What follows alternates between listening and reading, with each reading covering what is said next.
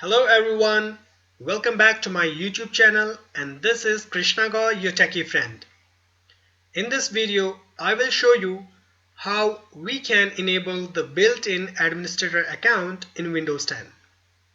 So the very first thing is you have to open command prompt as an administrator.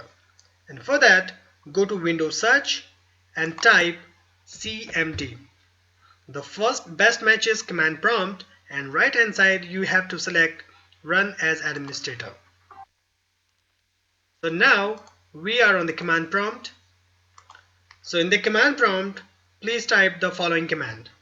The command is net space user space administrator space /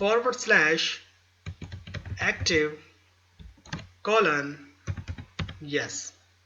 So the command is net space user space administrator space / active yes. Once you type the complete command, press enter.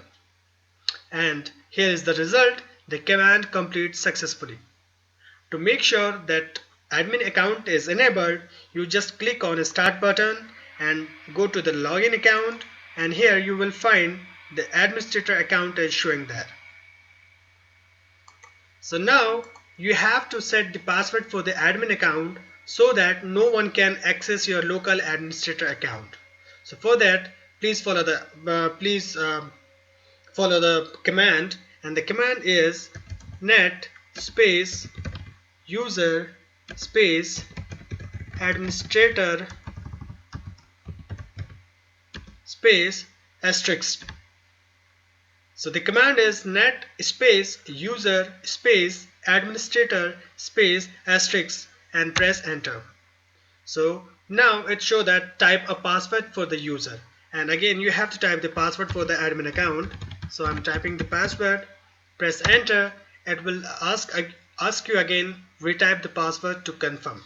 So again type the same password and press enter, and the final result is the command completes successfully.